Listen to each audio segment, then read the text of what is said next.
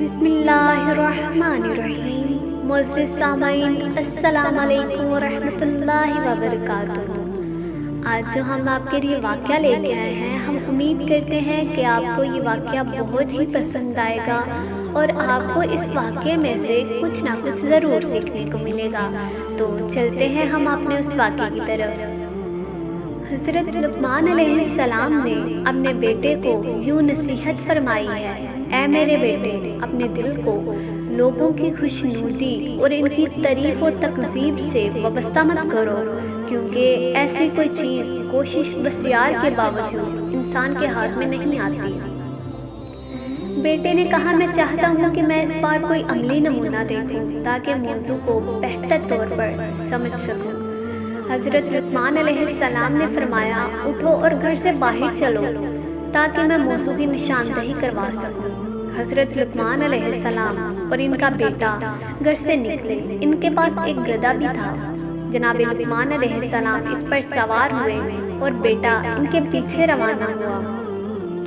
وہ چلتے چلتے ایک گروہ کے پاس پہنچے۔ ان لوگوں نے جب یہ منظر دیکھا تو کہا: اس بوڑھے کو دیکھو، کتنا سنگدل ہے کہ خود تو گدھے پہ سوار ہے لیکن اس کا بیٹا پیچھے پیچھے آ رہا ہے۔ سچ بات ہے، یہ کس قدر غلط کام ہے۔ جناب لقمان علیہ السلام نے اپنے بیٹے سے کہا: کیا تم نے ان کی باتیں سنی؟ بیٹے نے کہا: ہاں۔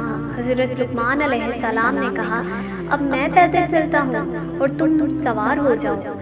جناب لقمان علیہ السلام روانہ ہوئے اور بیٹا سوار ہو گیا۔ چلتے چلتے ان کی ملاقات ایک گروہ سے ہوئی۔ اس گروہ نے جب یہ منظر دیکھا تو کہا: یہ دونوں باپ بیٹا کتنے برے لوگ ہیں۔ باپ اس اعتبار سے برا ہے کہ اس نے بیٹے کی صحیح تربیت نہیں کی کہ بیٹا تو سوار ہے جبکہ بوڑھا باپ پیدل چل رہا ہے، اور بیٹا اس لحاظ سے برا ہے کہ اسے اپنے باپ پر رحم نہیں آیا اور اس پر ظلم کر رہا ہے، کیونکہ باپ کا یہ حق ہے کہ اس کا احترام کیا جائے اور وہ گدھے پہ سوار ہو۔ حضرت لقمان علیہ السلام نے اپنے بیٹے سے کہا: آپ نے ان کی باتیں سنی؟ بیٹے نے کہا: جی ہاں۔ جناب لقمان علیہ السلام نے فرمایا: اب دونوں سوار ہو جاتے ہیں۔ وہ دونوں گدھے پہ سوار ہوئے اور آگے بڑھ گئے۔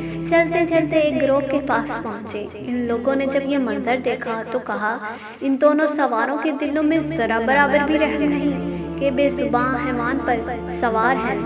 ان لوگوں نے اس حیوان کی کمر توڑ دی ہے، کیونکہ اس بیچارے حیوان کی طاقت سے زیادہ اس پر وزن ڈالا ہوا ہے۔ بہتر تو یہ تھا کہ ایک سوار ہوتا اور دوسرا پیدل چلتا۔ حضرت لقمان علیہ السلام نے اپنے بیٹے سے کہا: آپ نے ان لوگوں کی باتیں سنی؟ بیٹے نے کہا: جی ہاں۔